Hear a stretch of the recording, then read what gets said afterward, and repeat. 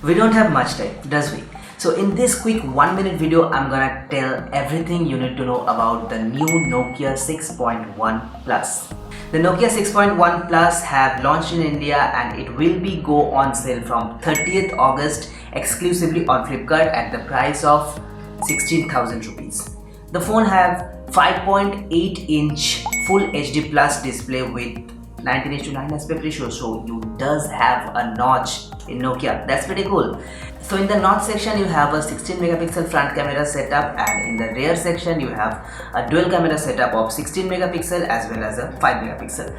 The phone possesses Snapdragon 636 processor. That's pretty dope in this price range, and it does have a 4GB of RAM as well as 64GB of internal storage.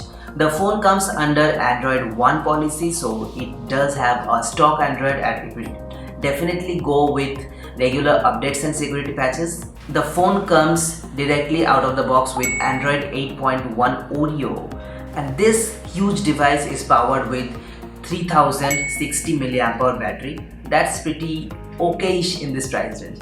So that's pretty much it. If you want to purchase it, you have to wait for 30th August this year, and I think that will really help a lot. That's my concluding. Talk to you guys in the next video.